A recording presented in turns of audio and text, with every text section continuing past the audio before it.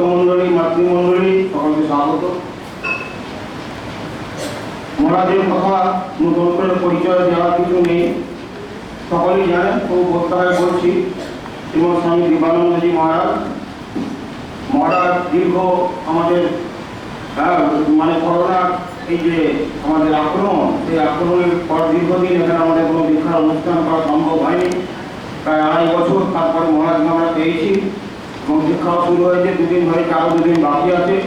এটা আমাদের কাছে, আপনাদের কাছে সকলেরই আনন্দে, সকলেই আনন্দিত এবং আপনারা সকলে এসছেন। এটা আপনাদেরও সৌভাগ্য, আমাদেরও সৌভাগ্য। আর বেশি কথা বাড়াবো না। মহারাজ যখন ধর্মপ্রসঙ্গ করবেন, ধর্মপ্রসঙ্গের পরে আপনারা মহারাজকে প্রণাম করবেন। প্রণামের সময় বুঝতেই পারছেন অনেক ভিড় হয়েছে একবারে। এই কাজের করে প্রণাম করলাম, তাদের প্রণাম শেষ করতে হবে না, রাত থেকে অনেক বাড়ি দিবেন। যা ঠিক আছে, ঠাকুর মা স্বামীকে আমার প্রণাম এবং আপনাদের সকলের সুস্থ থাকুন এই প্রার্থনা করে আমাদের কাছে আমি মাইন থাকছি বা নমস্কার।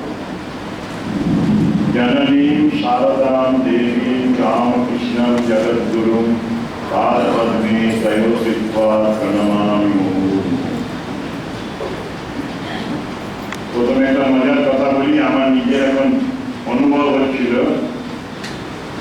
আজকে 2 থেকে 5টা একটা বড় পরীক্ষা হয়ে গেছে, নিটের পরীক্ষা। যারা ডাক্তার হতে চায় তাদের টেস্ট করবে। আমার এই আপনাদের এতজনকে দেখে, সব ভক্তদের দেখে, যারা নিয়মিত পড়াশোনা করেন, সব চিন্তা করেন, সৎসঙ্গ করেন, তাদের সামনে কথা বলতে গিয়ে আমার মনে হচ্ছে আমি আরো বোধহয় কঠিন পরীক্ষা দিচ্ছি। সত্যি আমি কিছুক্ষণ আগে নার্ভাস ফিল করে গেলাম। এদিকে গিয়ে আরতির সময় চারদিকে তাকিয়ে এত ভক্তদের দেখে ভয় পেয়ে গেছিলাম খুব। আমি মাঝে মাঝে ঠাট্টা করে বলি, ঘাবড়ে যাওয়া নাই, ঘেবড়ে গেছিলাম। বেশি ঘাবড়ে গিয়েছিলাম। সত্যি বলার বিশেষ কিছু নেই। সত্য এক, ঈশ্বর হল সত্য স্বরূপ। তার সম্বন্ধে বলা হয় আনসেলফিশনেস ইজ গড। নিঃস্বার্থপরতাই বা স্বার্থ শূন্যতাই হল ঈশ্বর। স্বামী বিবেকানন্দের কাছে একটি যুবক এসেছিল। সে বলেছিল যে স্বামীজি, আমি বিভিন্ন জায়গায় গিয়েছি, বিভিন্ন মত পথের গুরুদের কাছে উপদেশ নিয়েছি, তাদের উপদেশ মতো আমি সাধনা করি, ঘরের দরজা জানলা বন্ধ করে আমি ঈশ্বরকে ডাকি, কিন্তু তবু শান্তি পাচ্ছি না। স্বামীজি তখন তার উপযোগী একটি উপদেশ দিয়েছিলেন। সবাই জানেন যে তোমার দরজা জানলা খুলে রাখো, চারিদিকে দেখো কার কি ডেফিসিয়েন্সি, অভাব, দুর্বলতা, সেইগুলোর পাশে তুমি দাঁড়াও, তাদের সেবা করো। তো যার যেরকম সেরকম আসলে আমাদের যোগ আছে ঈশ্বরকে পাওয়ার জন্য। 4টি যোগ: কর্মযোগ, জ্ঞানযোগ, ভক্তিযোগ, রাজযোগ। আমরা বেশি এই কলিযুগে নারদীয়া ভক্তি যোগের কথা ভাবি। এই যে জপ, ধ্যান, দীক্ষা গ্রহণ, পূজা পাঠ, এইগুলি ভক্তির মধ্যে পড়ে। আমি বাংলাদেশে গিয়েছিলাম, সেখানে কয়েক লাইন লেখা পেয়েছিলাম খুব সুন্দর, যে ভক্তির শক্তি কি। বলছেন ভক্তি যখন জলে প্রবেশ করে, জল তখন চরণামৃততে পরিণত হয়। ভক্তি যখন অন্নে প্রবেশ করে, অন্ন তখন প্রসাদে পরিণত হয়। ভক্তি যখন যাত্রায় প্রবেশ করে, যাত্রা তখন তীর্থযাত্রায় পরিণত হয়। ভক্তি যখন গৃহে প্রবেশ করে, গৃহ তখন মন্দিরে পরিণত হয়। আর ভক্তি যখন মানুষে প্রবেশ করে, তখন মানুষ দেবতা হয়। এই দেবতা হওয়াটি আসলে ধর্ম। Religion is the manifestation of the divinity already in man. মানুষের ভেতরেই দেবতা প্রসুপ্ত আছেন। এটি আমরা কুণ্ডলিনী শক্তি বলি।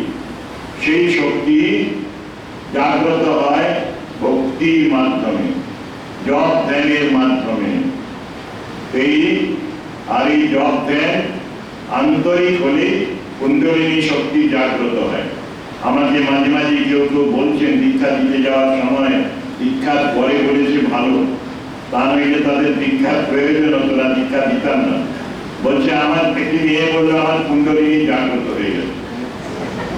এখনো বিষয় চিন্তা করে যথেষ্ট দেখলাম তার মুভমেন্ট, সেটাই সত্যি সত্যি বিষয়ের মতো ওই বয়সে বিষয় হওয়ারই কথা। 30 বছরের কম বয়স একটি সন্তান হয়েছে, তাকে নিয়ে সবসময় ছুটছে আশ্রম ক্যাম্পাসে। তো সে বলছে আমার কুণ্ডলিনী জাগ্রত হয়ে গেছে। কিছু ভুল ধারণা আছে। আরেকজন ভদ্রলোক বলেন আমার কুণ্ডলিনী জাগ্রত হয়ে গেছে, ডান দিক থেকে বাঁ দিকে চলছে। কুণ্ডলিনী ডান দিক থেকে বাঁ দিকে চলার কথা নয়, বা বাঁ দিক থেকে ডান দিকে যাওয়ার কথা নয়।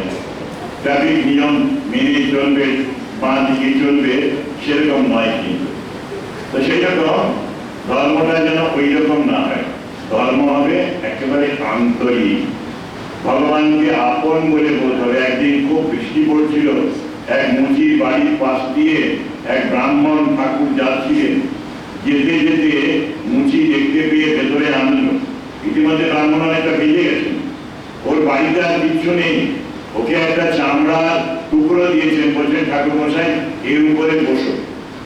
বসলেন ব্রাহ্মণ। বসার পরে তার চোখে জল এলো। মুচি ভাবলে আমি ভালো আসন দিতে পারিনি, সেই জন্য বোধহয় ওনার চোখে জল। জিজ্ঞেস করতে উনি বলেন না ভাই ওই জন্য জানছি না, তুমি আমাকে কত আপন করে নিয়েছো। আমি নিজে ব্রাহ্মণ পুরোহিত, আমার ইষ্ট দেবতাকে বা ভগবানকে পূজ্য যিনি ঠাকুর তাকে আমার এরকম আপন করে নেওয়া উচিত। আমার ভালো মন্ত্র যা আছে তাই দিয়ে আমি তার সেবা করব, এটি আমার আদর্শ তোমার কাছে শিখলাম। সত্যি ঈশ্বরের যে ভালোবাসতে হয় ওই রকম করে। বৃন্দার কথা আছে, সখী বৃন্দা, তিনি আসছেন, রাধার ভীষণ কষ্ট হচ্ছে, বিরহ যন্ত্রণা। সেই সময়ে বৃন্দা পথে আস্তে আস্তে দেখছেন ঋষিরা ধ্যান করছেন। ঋষিদের জিজ্ঞেস করছেন আপনারা কার ধ্যান করছেন, কেন ধ্যান করছেন? আমরা ভগবানকে পাবো বলে কৃষ্ণের ধ্যান করছি। উনি তখন ভাবছেন যে আমরা তো ধ্যান করিনি বাবু, আমরা কত খেলাধুলো করেছি তার সাথে, তিনি আমাদের কত সঙ্গ করেছেন। আমাদের শুধু আসলে ওদের ছিল প্রেম, ভালোবাসা।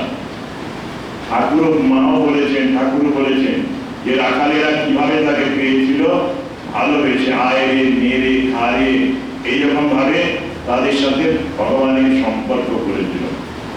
সেই জন্যই এই ভক্তি হলো ভালোবাসা। সাতস্মিন পরম প্রেম রূপা অমৃত রূপা আছে। এই ভক্তি সূত্রে নারদ প্রথমেই বলেছেন ভক্তি হলো তাঁতে পরম প্রেম, সংসারে তুমি এর তুলনাই পাবে না। আমাদের মহাপুরুষ মহারাজ বলছেন ঠাকুরের ভালোবাসা কেমন ছিল জানো? মা বাবা আত্মীয় স্বজন সকলের ভালোবাসার থেকে অধিক ভালোবেসেছেন তিনি। আমাদের বীরেশ্বরানন্দজি, ভূতেশানন্দজি এদের অনেকেই মা বলে ডাকতেন, ওরা সাড়াও দিতেন। সত্যি একবার মাতৃভাব ঘনীভূত ভালোবাসা সেটি ছিল। স্বামীজি বলছেন লাভ পার্সনিফাইড, ভালোবাসার ব্যক্তি বিগ্রহ এই হচ্ছে শ্রীরামকৃষ্ণ। তেমনি তিনি ভালোবাসবেন, আমি ভালোবাসবো না, এটা তো হয় না। আমাকে তাঁকেও ভালোবাসতে হবে। নিজের মাকে যেমন ভালোবাসি, নিজের বাবাকে যেমন ভালোবাসি, নিজের পুত্র কন্যাকে যেমন ভালোবাসি, সব ভালোবাসাগুলোকে ইন্টিগ্রেট করলে, সমষ্টি করে তাঁর দিকে দিতে পারলে তখনই কিন্তু তিনি খুশি হন। এটি এক মনে তাকে ডাকা। আপনাদের একটা গল্প শোনাই। এক আসন্ন প্রসবা হরিণ হঠাৎ দেখছে চারদিকে সমূহ বিপদ, সামনে এক ব্যাধ আসছে তীর নিয়ে, তীর বিদ্ধ হবেন সেই হরিণীটি। আর একদিকে ডান দিকে তাকিয়ে দেখছে হরিণীটি একটি শিকারী বিরাট বড় কুকুর, বাঁ দিকে দেখছে একটা বিরাট জালকে যেন পেতে দিল, আর পেছনে তাকিয়ে দেখে বিরাট প্রজ্বলিত অগ্নি, আগুন। নিরুপায় হয়েছে, ভাবছে আমার এখন বাচ্চা প্রসব করার কথা, সেই সময় এত বিপদ এসেছে, কি করি? উপরের দিকে তাকিয়েছে, ওরাও ঈশ্বরকে ডাকে। সেই সময় অসহায় হয়ে সৃষ্টিকর্তাকে ডাকছে সে। সেই সময় হঠাৎ ঝড় এলো, ধুলো উঠলো, উড়ে উড়ে সেই ব্যাধের চোখে লাগলো। ব্যাধ তীর ছুঁড়েছে, কিন্তু তীর লক্ষ্যভ্রষ্ট হলো, হরিণীকে স্পর্শ করলো না। জাল উড়ে গেল, ছিঁড়ে গেল, কুকুরটিও বজ্রাঘাত হলো, বজ্রে মারা গেল। বৃষ্টি পড়তে লাগলো ঝনঝন করে, আগুন নিভে গেল, চারিদিক নিরাপদ। সেই সময় তার প্রসব হলো, নিরাপদে প্রসব হলো। পশু জানোয়ার তারা ঈশ্বরকে ডাকে। খ্রিস্টান একজন অ্যান্টনি ডি মেলো লিখেছেন একটা বই, বিখ্যাত বই, 3টি volume, prayer of the frog. Father Bruno বলে একজন ধ্যান করতে বসলেন, জানলার ধারে একটা ব্যাঙ খ্যাঙ্গর খ্যাঙ্গর করে ডাকছে। খুব রাগ করলেন উনি, জানলা দিকে গিয়ে বললেন, এই ব্যাঙ চুপ কর, তাহলে তুলে মেরে ফেলবো। কিছু একটা ভাষার বিনিময় হলো, ব্যাঙটা সত্যি সাইলেন্ট হয়ে গেল, চুপ করে গেল। তারপরে আবার মেডিটেশনে বসলেন। সেই সময় উনি কানে শুনলেন দৈববাণী, ওকে বন্ধ করলি কেন রে, ও তো আমাকেই ডাকছিল। খুব দুঃখ হলো ফাদারে। উনি আবার জানলার ধারে গিয়ে বলেন, ব্যাঙ ডিয়ার ফ্রগ, তুমি শব্দ করো। ব্যাঙটা ডাকলো, শুধু নয়, ব্যাঙের বন্ধু বান্ধবরা যারা চারদিকে জলাশয়গুলোতে ছিল, তারা একসাথে ডাকতে শুরু করলো। অদ্ভুত একটা শব্দ জাল। সেই সময়ে ফাদার বসলেন, বসে সেদিনই তার মুক্তি হলো। ঠাকুর এই সম্বন্ধেই বলেছেন খুব সুন্দর, সংসারে যারা থাকে আর ঈশ্বরকে ডাকে তারা বাহাদুর। বিস্মন বোঝা নিয়ে যেমন মানুষ এদিকে তাকায়, উপরের দিকে তাকাতে পারে, সেই রকমই এরা বাহাদুর। এই যে শব্দের মধ্যেও তিনি ডাকতে লাগলেন ঈশ্বরকে, মনে করছেন ওরাও তো ডাকছে। যত সম কর্ণ ফুটে সবই মায়ের মন্ত্র বটে। এই ভাব নিয়ে সেই ফাদারের সেদিন মেডিটেশন সাকসেসফুল হল। সমুদ্রে শান্ত কল্লোলে স্নাতুমিচ্ছতি দুর্মতি। কেউ যদি ভাবেন সংসারে দুঃখ থাকবে না, সব দূর হবে, তারপরে আমি ভগবানকে ডাকবো, তার এই সমুদ্র জলে যেমন স্নান হয় না, ঢেউ থামবে তারপরে স্নান করবো, সেরকম তারা তাকে ডাকা হবে। দুঃখ শোক বিপদ থাকবে, তার মধ্যেই তাকে স্মরণ করতে হবে। প্রণয়ানন্দজি আমাদের ভাইস প্রেসিডেন্ট ছিলেন, বীরেশ্বরানন্দজি সেক্রেটারি ছিলেন। তিনি ওই লিখেছিলেন, কেউটে সাপ যদি কাটে, এটি প্রবন্ধ ইয়েতে আমাদের উদ্বোধনে, ডাক সাপ যদি কাটে কি হয়। বলছেন, আমি গিয়েছিলাম ওই বলরাম বসুর পরিবারের এক মহিলাকে দেখতে হাসপাতালে, নল সুচ মোটানো আছে শরীরে, একেবারে মৃত্যুপথ যাত্রী। সেই সময় তিনি বলছেন, মহারাজ আপনি এসেছেন, আমি খুব ভালো গান গাই, এটা গান শোনাই। ওই অবস্থাতেই গুনগুন করে গাইতে থাকলেন। বললেন, দেখো এই ডাক সাপে কেটেছে, রামকৃষ্ণ নাম পেয়েছে, রামকৃষ্ণ পরিবারের সদস্য, সেই জন্য মৃত্যুকে ভয় না রেখে আমরা গিয়েছি, আমাদের ওই শেষ শয্যায় গান শোনাচ্ছেন।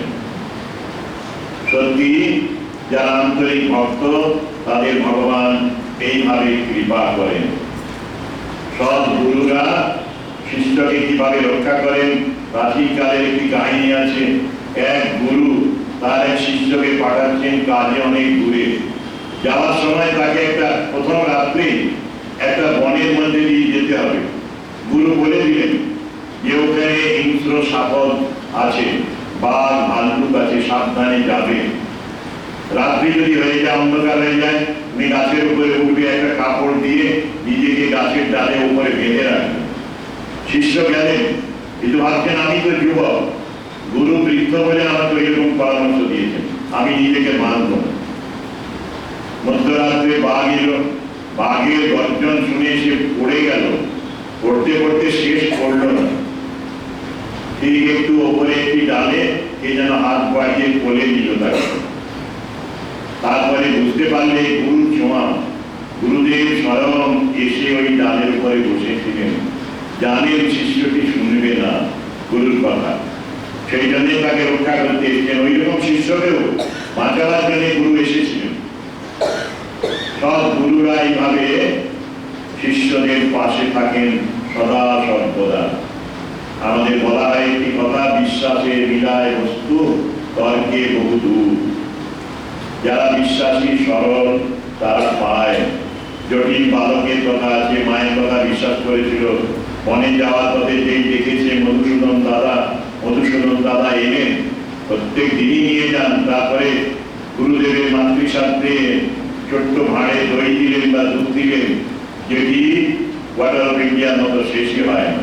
প্রথমে গুরু দীক্ষা দিয়েছিলেন, পরে এক্সপেরিমেন্ট করতেই বোঝা গেল। পরে জানলেন যে ওই সরল বালক মায়ের কথায় মধুসূদন দাদার দর্শন পেয়েছে। পরে তিনি দেখতে পাননি, দূর থেকে বাণী শুনলেন যে তোমার এখনো ওই ছেলেটির মতো সরল বিশ্বাস হয়নি, সেজন্য তুমি দেখা পাবে না। যা আমি আছি, আমি দেখা দিই। বিশ্বাস যে করে সরল ভাবে, সেই আমার দর্শন পায়।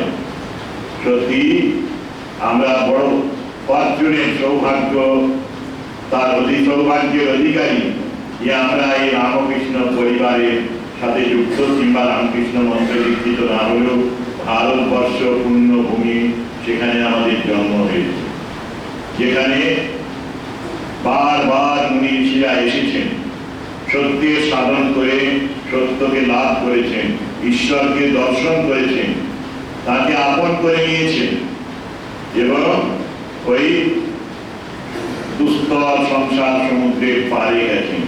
16ই অক্টোবর 1882 সেলিম ঠাকুর কথামৃততে আছে, ভক্তকে প্রশ্ন করছেন শ্রীমকে, তুমি স্বপ্ন টপ্ন দেখো? মাস্টার বলছেন, হ্যাঁ সম্প্রতি স্বপ্ন দেখি। কি স্বপ্ন? না, নৌকোতে আমরা যাচ্ছিলাম, হঠাৎ নদীতে জলোচ্ছ্বাস হলো, সাগরের মতো জল কোথা থেকে চলে এলো, আমাদের নৌকোগুলো ডুবে গেল। এটা বড় জাহাজ পেয়ে আমরা কয়েকজন জাহাজে আশ্রয় নিলাম। জাহাজ চলেছে সেই ঘোর তরঙ্গাকুল জলের মধ্যে দিয়ে। সামনে দেখি এক ব্রাহ্মণ জলের উপর দিয়ে হেঁটে চলেছে। আমি জিজ্ঞেস করলাম, আপনি কিভাবে যাচ্ছেন, কোথায় যাচ্ছেন? তিনি বললেন, তুমি এই পথটা দেখে রাখো, আমার চলার পথ বরাবর একটা সাঁকু আছে, ব্রিজ আছে। আপনি কোথায় যাচ্ছেন? আমি যাচ্ছি ভবানীপুর। আপনি একটু দাঁড়ান, আমি যাব। তিনি বললেন, তোমার এখন দেরি আছে, আমার তাড়া আছে, তুমি পথটা দেখে রেখো। ঠাকুর এই স্বপ্ন বৃত্তান্ত শুনে সেদিন বলেছিলেন, আমার রোমাঞ্চ হচ্ছে, তুমি শীঘ্র মন্ত্র লও। এই ব্রাহ্মণ আমার দেব প্রভানন্দ মহারাজ এক জায়গায় এই আলোচনাটি করে বলছিলেন যে এই ব্রাহ্মণ ছিলেন শ্রীরামকৃষ্ণ স্বয়ং। এটি আমাদের মনে হয় শ্রীরামকৃষ্ণই এসেছিলেন করুণা করে। ওই বৈকুণ্ঠ লোক থেকে নারায়ণ এসেছিলেন কামারপুকুরে, তার আগে গয়া ধামে স্বপ্ন দিয়েছিলেন তার বাবাকে। সেই নারায়ণ তিনি স্বপ্ন দিয়েছিলেন, তিনি এসেছিলেন শ্রীরামকৃষ্ণ রূপে আমাদের কৃপা করতে।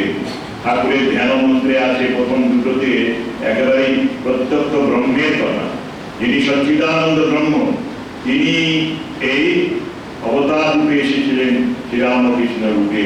হৃদয়কমলমধ্যে রাজিতম নির্বিকল্পম সদসদতীত ভেদাতীতমেকস্বরূপম প্রকৃতি বিকৃতি শূন্যম নিত্যমানন্দমূর্তি বিমল পরমহংসম রামকৃষ্ণম ভজামহ নিরূপমম অতি সূক্ষ্মম নিষ্প্রপঞ্চম নিরীহম গগনসদৃশमीशं सर्वभूतादिभासं त्रिगुणरहित सच्चित् ब्रह्मरूपं वरेण्यं विमल परमहंसं रामकृष्णं भजामः। वितरितोमवतीर्णं ज्ञानभक्ति प्रशान्तिः प्रणयविदचित्तं जीवदुःखासहिष्णुं धृतसहजसमाधि निर्मां कोमलाङ्गं विमल परमहंसं रामकृष्णं भजामः। ওই দুইটি স্ট্যান্ডা হলো আসলে ব্রহ্মের স্বরূপ। সদসদতীত ভেদাতীতমেকস্বরূপম নিরূপমম নিষ্প্রপঞ্চম নিরীহম ইত্যাদি সবগুলি ব্রহ্ম উপনিষদের বেদান্তের বেদের ব্রহ্মবাচক। আর সেই ব্রহ্মই সচ্চিদানন্দ ব্রহ্ম, তিনি এসেছেন, অবতীর্ণ হয়েছেন শ্রীরামকৃষ্ণ রূপে, জীব দুঃখে অসহিষ্ণু হয়ে। জীব দুঃখে তিনি কাতর ছিলেন। তার অবতার জীবনও আমরা দেখি দেওঘরে মানুষের দুঃখে কাতর, কলাইঘাটায় মানুষের দুঃখে কাতর, ঘাসের উপর দিয়ে কেউ চলে যাচ্ছে, ঘাসের কষ্টে তার কষ্ট হচ্ছে, মাঝিরা পরস্পর মারামারি করেছে, একজন মাঝি হাতে সাপ পড়ে গেছে আরেকজনের পিঠে, ঠাকুরের পিঠেও সেই 5 আঙ্গুলের দাগ হয়েছে, কালশিতে হয়ে গেছে। অদ্ভুত এই ঠাকুর। আসলে অবতার তিনি এইভাবে আসেন আর পথ দেখিয়ে নিয়ে যান। তুমি এই পথটা দেখে রাখো, আমার চলার পথ বরাবর একটি সাঁকো আছে। Lives of great men remind us that we can make our lives sublime. While departing, leave behind us footprints on the sand of time. অপন্থা মহাজনস্য গত স্বপন্থা। মহাজনরা যে পথে গেছেন, এই অবতারা যে পথে গেছেন, সেই পথটি দেখে রাখো। তবে আমরা কি পুরোটা পারবো? পারবো না কখনোই। সেই জন্য ঠাকুর বলে গেলেন, আমি 16 আনা করে গেলাম, তোরা 1 আনা কর। আমরা এখন মাঝে মাঝে আরো কনসেশন দিয়ে বলি 1 পয়সা করো, 1% করো, তাহলেই তোমার আমার মুক্তি হয়ে যাবে। এই যুগে বেশি তপস্যা হবে না, কিন্তু শ্রীরামকৃষ্ণের নাম যারা করবে, তার ধ্যান করবে, তার চিন্তা করবে, তার উপদেশ কয়েকটি পালন করবে, তারাই ধন্য হয়ে যাবে। ঠাকুর বলছেন, দেখো নৌকো জলে থাকে, কিন্তু নৌকোতেই জল থাকবে। তেমনি তুমি সংসারে থাকো, কিন্তু ওর বিষয়ই হবে না। ঈশ্বরকে এক হাতে ধরে এক হাতে সংসার করো। সময় মতো সন্ধ্যেবেলায়, সকালবেলায়, ছুটির দিনে 2 হাতে ঈশ্বরকে ধরবে, তাহলে পরে তোমার মুক্তি হবে, তুমি শান্তি পাবে। মানুষ তো আসে শান্তির জন্য, কিন্তু মানুষের হয়েছে কি, এখনকার দিনে কালকে দীক্ষা হলো, অনেকে ভীষণ কাঁদছিলেন, শরীর খারাপ স্বামী, কারো হয়তো আত্মীয় বিয়োগ হয়েছে, কোন একটি ছেলে এসেছে, তার বাবার খুব শরীর খারাপ, তার মধ্যেই বেঁচে এসে দীক্ষা নিয়ে যাচ্ছে। এরকম দুঃখী মানুষের সংখ্যা অনেক। কারো সন্তান হয়নি বলে চোখে জল দিয়েছে। সত্যি এটা থাকবেই। এ থেকেও মুক্তি হয় যদি কেউ আন্তরিকভাবে তাকে ডাকে। তিনি ওই কোলে বসিয়ে দেবেন বলেছেন, যা চাইবে তোমার কোলে এনে দেবেন, কিন্তু তোমাকে তো তেমন করে ডাকতে হবে। ডাকতে কি মন ডাকার মতো কেমন শ্যামা থাকতে পারে, কেমন কালী থাকতে পারে। আমরা করেছি উল্টোটা। দোষ কারো নয় গো শ্যামা, আমি সকাল শরীরে ডুবে মরি মা। আমরা নিজেই নিজের পায়ে পুরন দিই, কিংবা নিজেই গর্ত কাটি এবং সেই গর্ততে পড়ে মারা যায়। দুঃখ কষ্টকে আমরাই আহ্বান করে আনি। আমরা যে শান্তি মন্ত্র পাঠ করি, 3 বার ওম শান্তি শান্তি শান্তি বলি। আমাকে খুব যত্ন করে দিয়েছিলেন ট্রেনিং সেন্টারে থাকাকালীন পরম পূজনীয় আত্মস্থানন্দজি মহারাজ। আমাদের সবাইকেই যত্ন করে দিলেন। আমরা না ওই ঘেবড়ে গেছিলাম, বললেন 3 বার শান্তি বলি কেন বলতো? আমরা কেউ বলতে পারলাম না। আমাদের সাথে অনেক পিএইচডি করা, এমডি করা ডাক্তার ছিলেন, অনেক শিক্ষিত মানুষ ছিলেন, ব্রহ্মচারীরা, কেউ উত্তর দিতে পারলেন না। পরে মহারাজকেই যেন ঠাকুর ওই দায়িত্বটা দিয়েছিলেন, ব্যাখ্যা করে দিলেন। প্রথম শান্তি বলি, প্রথম একটি অশান্তি আছে, তাই দূর করার জন্য। কি সেই অশান্তি? এই অশান্তি আমরা নিজেরা ডেকে আনি। এটিকে বলা হয়েছে আধ্যাত্মিক অশান্তি। সেই জন্য আধ্যাত্মিক শান্তি, আধ্যাত্মিক মানে স্পিরিচুয়াল মোটেই নয়, মেটেরিয়াল বলা যেতে পারে। তোমার নিজের কৃতকর্মের ফল। তুমি এমন কাজ করেছো যার ফলে তুমি কষ্ট পাচ্ছ, তুমি চিন্তা করে কাজ করনি, সেই জন্যই তুমি কষ্ট পাচ্ছ। সেই অশান্তি থেকে যেন আমি মুক্তি পাই প্রভু। দ্বিতীয় অশান্তি, এটা কম। সব থেকে বেশি অশান্তি মানুষের নিজের জন্য নিজে কষ্ট পায়। দ্বিতীয় অশান্তি অপরের থেকে। আমরা অপরকে দোষ দিই, কিন্তু অ্যানালিসিস করলে, বিশ্লেষণ করলে দেখবো যে এই অশান্তিটা আমারই কারণ। কিন্তু তবু কিছু অশান্তি অপরের থেকে পাই। রাস্তায় যাচ্ছি, একটা পাগলা কুকুর এসে কামড়ে দিল, আমাকে কয়েকটা ইঞ্জেকশন নিতে হলো।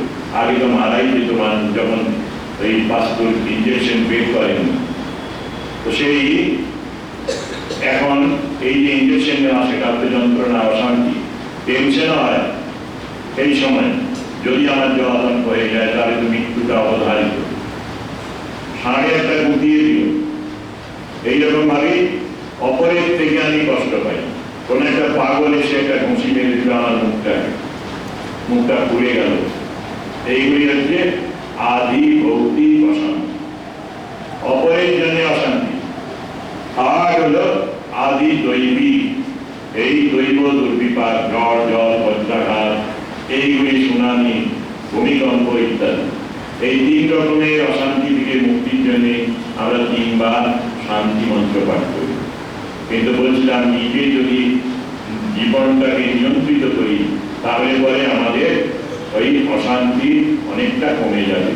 একটি যুবক খুব ব্রিলিয়েন্ট কেরিয়ার, খুব ভালো চাকরি পেয়েছে, কোম্পানিতে ম্যানেজিং ডিরেক্টর হয়ে গেছে, one of the director, board of ডাইরেক্টরদের মধ্যে অনেক টাকা স্যালারি পেল ফার্স্টে ডাইরেক্টর হওয়ার পরে।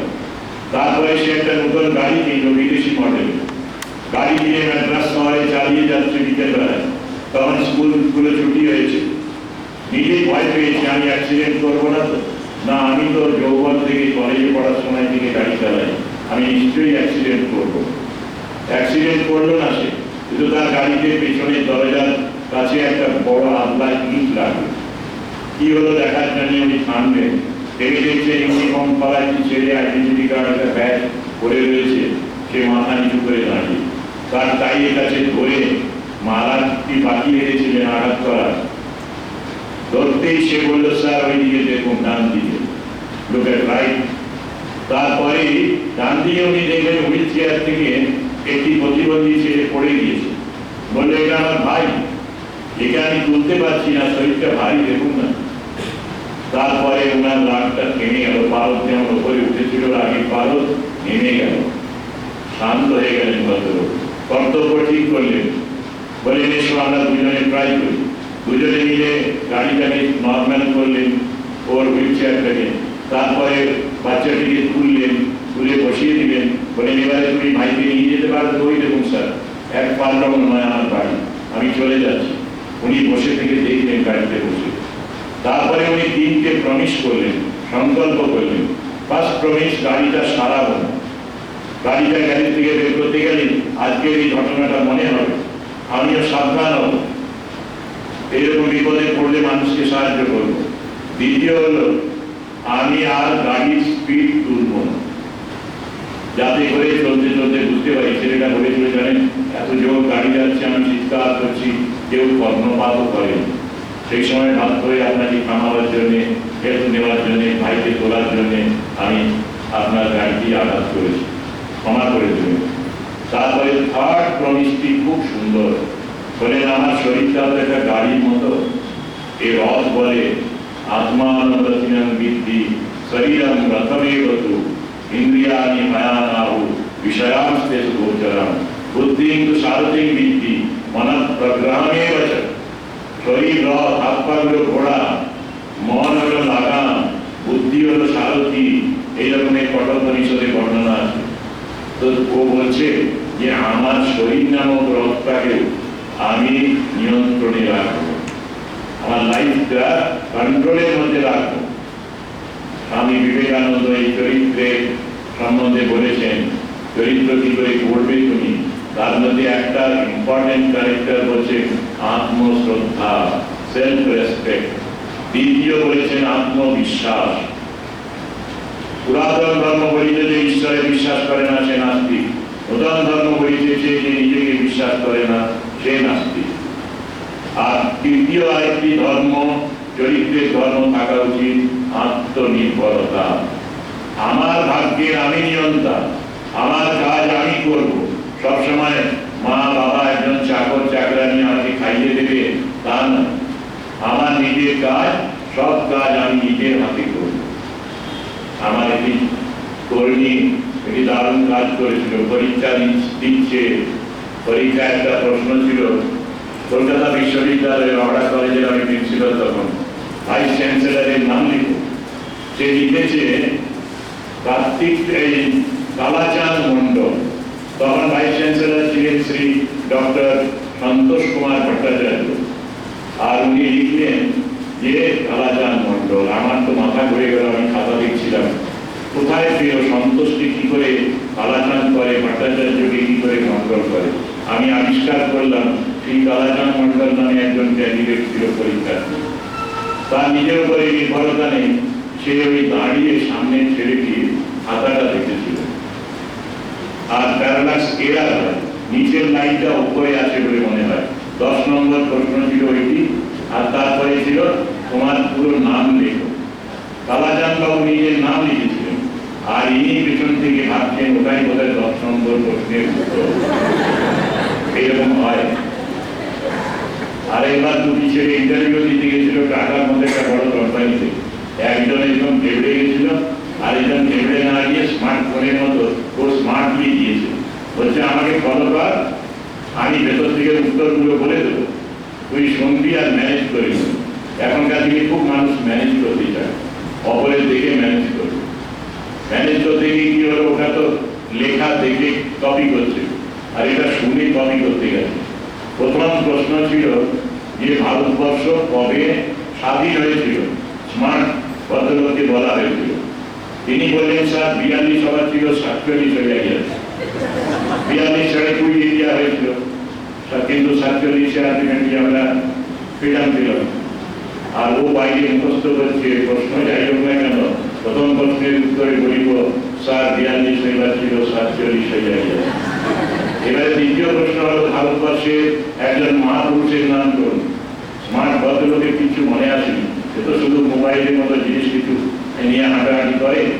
সে বলছে যে অনেক তো ছিলেন, একজনের নাম বললে অপরকে ছোট করা হবে, সেটা আমি বলতে চাই না। ও মুখস্থ করল। দ্বিতীয় প্রশ্নের উত্তর হবে যে অনেক তো ছিলেন, একজনের নাম বললে অপরকে ছোট করা হবে, সেটি আমি বলতে চাই না। এইবারে তৃতীয় প্রশ্ন হলো নেতাজির মৃত্যু সম্বন্ধে আপনার ধারণা কি? স্মার্ট বাবু বললেন যে এ সম্বন্ধে এখনো তদন্ত চলছে, তদন্ত শেষে আপনাদের বলিয়া যান। এইবারে একে ডাকলে যখন কয়েকজনের পরে তো বাইরে ট্রিমেন্ডাস মুখস্থ করে, মুখস্থে একবারে ফার্স্ট হয়ে যাবে। প্রথম প্রশ্নের উত্তরে, দ্বিতীয় প্রশ্নের উত্তরে, তৃতীয় প্রশ্নের উত্তরে বারবার বলছে, মনে মনে আবৃত্তি করে যাচ্ছে। ওর যখন ডাক এলো, ও ঘেবড়ে গেছে, দেখে ঘামছে। সেই সময়ে চেয়ারম্যান বললো ওকে শুধু ওর বিষয়ই প্রশ্ন করা হচ্ছে। বাবু তোমার বয়স কত হলো? এ বললো স্যার 42 হয়ে পুরো 47। এটা আরো কঠিন প্রশ্ন, কঠিন মানে সরল, কিন্তু ও তো ঘেবড়ে গেছে। বললো তোমার বাবার নাম কি বাবু? অনেক তো ছিলেন,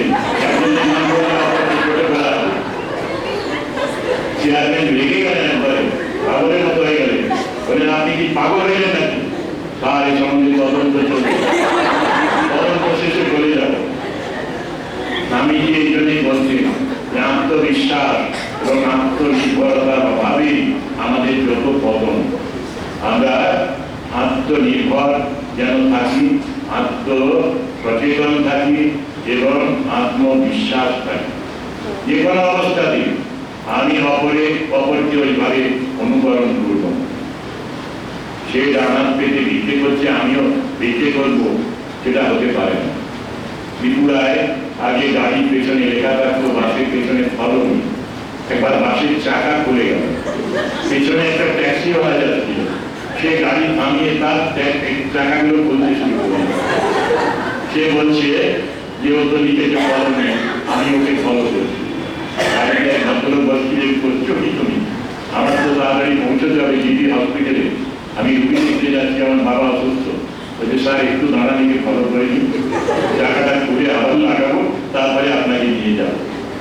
আমি এবারে গিয়ে ত্রিপুরায় একটা ভালো জিনিস দেখলাম, বাসের পেছনে আর ফলনিটা লেখা এরকম হতো, সেই জন্যই ওরা বন্ধ করে দিয়েছে ফলনি লেখাটা। এই বাসকে দেখে আমরা যেন ফলো না করি, হইব না যে বাসের টাকা করে গেছে, আমি আমার পাটা দিকে বসে থাকবো বাসের পিছনে, এটা হতে পারে না। তো যাই হোক, আরেকটা সিরিয়াস গল্প বলি তোমাদের, ভালো লাগবে।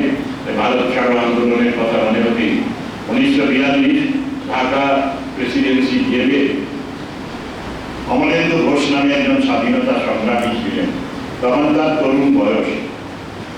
তিনি একদিন রাত্রিবেলায় দেখছেন, তখন তার ঘুমায়নি, দেখছেন তার উল্টো দিকে সেরে একটি উজ্জ্বল চেহারা একটি যুবককে রাখা।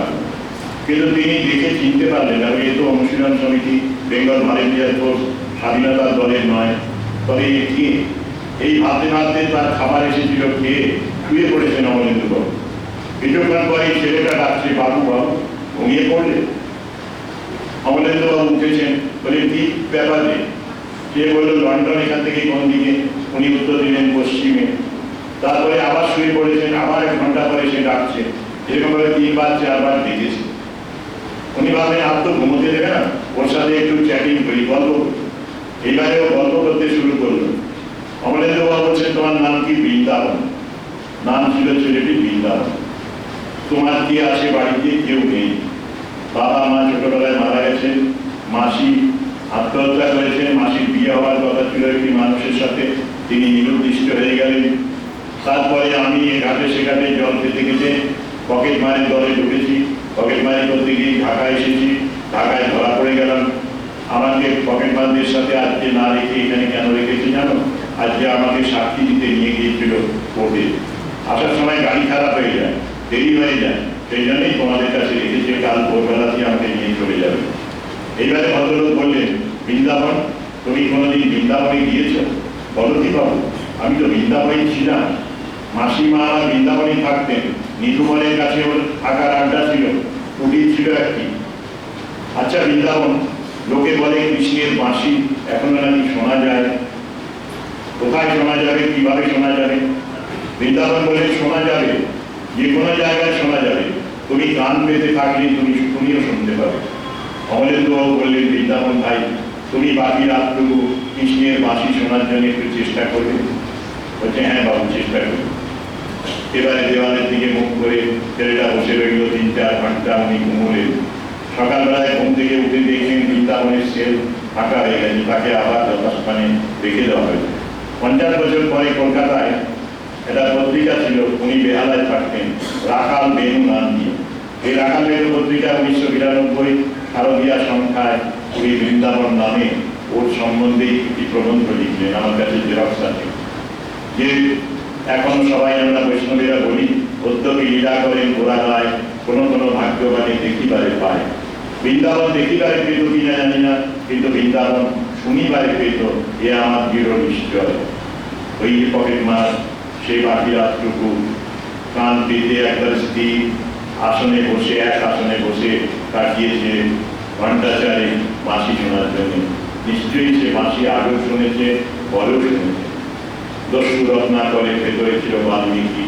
এই বৃন্দাবনের মধ্যে একটি দেবত্ব ছিল, সেই দেবত্বের বিকাশ সেদিন আরেকবার উনি অমলেন্দুবাবু দেখেছিলেন।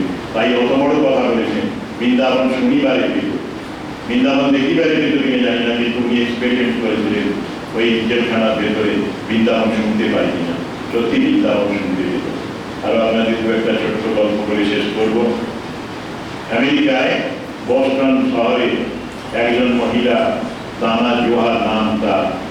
আর একটা বই আছে, SQ স্পিরিচুয়ালিটি কোসেট, ধর্মাঙ্ক বলা যায় একে, বা আধ্যাত্মিক অঙ্ক।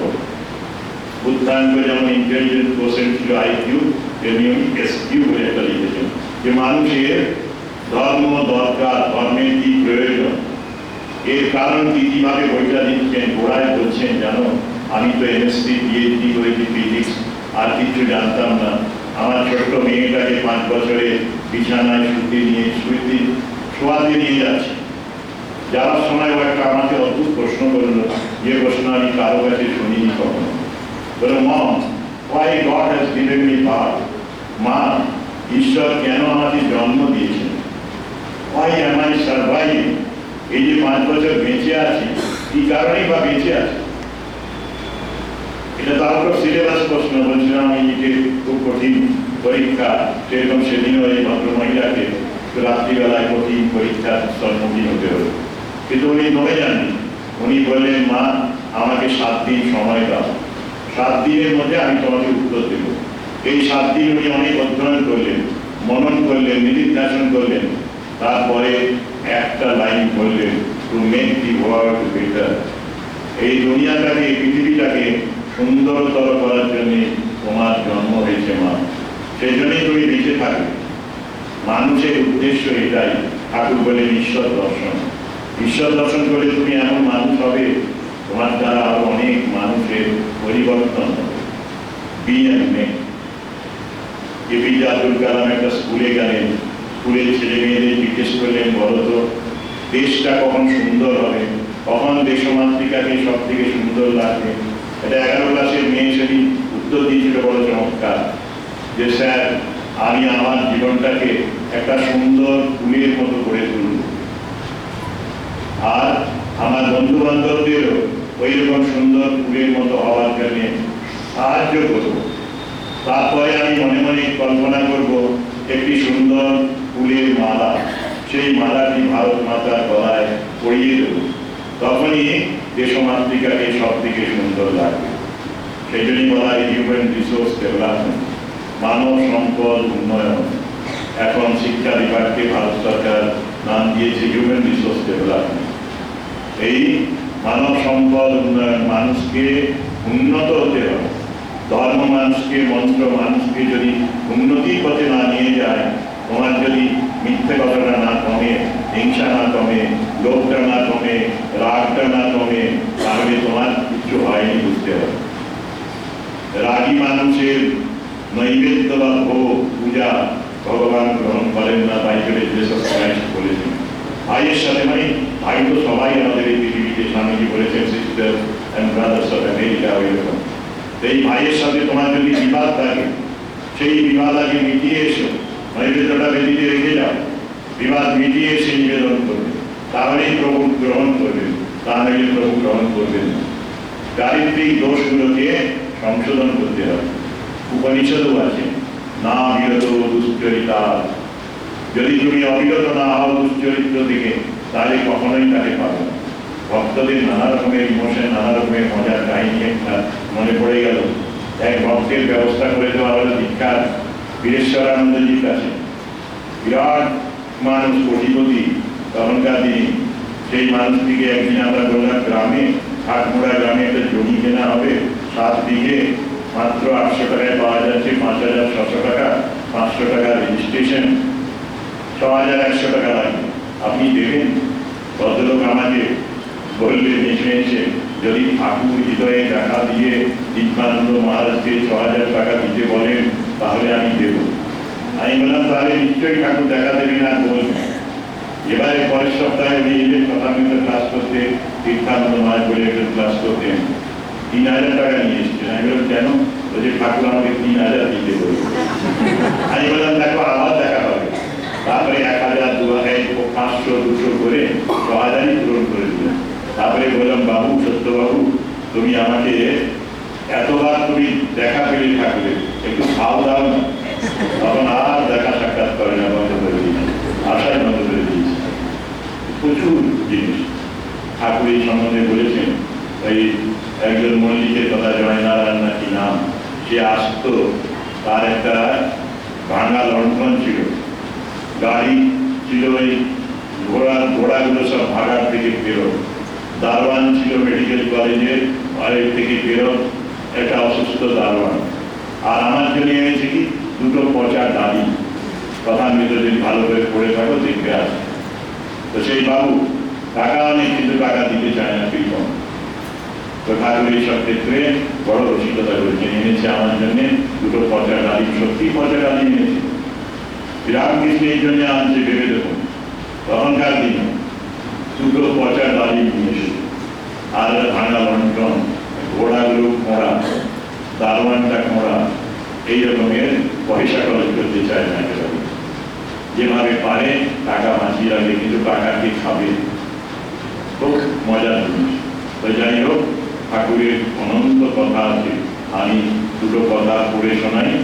আমি সন্ধ্যেবেলাতে পরীক্ষা দেবো বলে এই টুকলি করার মতো একটা বই নিয়ে এসেছি, শ্রীরামকৃষ্ণের উপদেশ।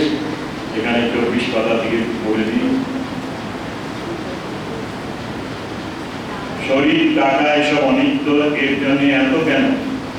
গীতা পড়লে যা হয়, আর 10 বার গীতা শব্দ উচ্চারণ করলে তাই বোঝায়। উল্টো দিক থেকে গীতা গীতা তা গীতা কিনা, হে জীব, সব ত্যাগ করে ভগবানের পাদপদ্ম আশ্রয় করে। সংসারের মধ্যে বাস করে যিনি সাধনা করতে পারেন, তিনি ঠিক বীর সাধক। বীর পুরুষ যেমন মাথা মাথায় বোঝা নিয়ে আবার অন্যদিকে তাকাতে পারে, বীর সাধক তেমনি এ সংসারের বোঝা গাড়ি করে ভগবানের দিকে চেয়ে থাকে। বাউল যেমন দুই হাতে দুরকম বাজনা বাজায় ও মুখে গান করে, এ সংসারী জীব তেমনি হাতে সমস্ত কাজকর্ম করো, কিন্তু মুখে সর্বদা ঈশ্বরের নাম জপ করতে ভুলো না। জলে নৌকো থাকুক ক্ষতি নেই, কিন্তু নৌকায় জল না থাকে, তেমনি সাধক সংসারে থাকুক ক্ষতি নেই, কিন্তু সাধকের ভেতর যেন সংসার না থাকে। সংসারীর পক্ষে মনে ত্যাগ, বাইরে ত্যাগ নয়, জোর করে সংসার থেকে চলে আসা ভালো নয়।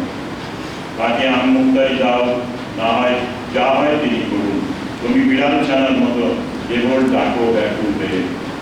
তারপরে বলছেন সাধু সঙ্গ সর্বদা করা দরকার।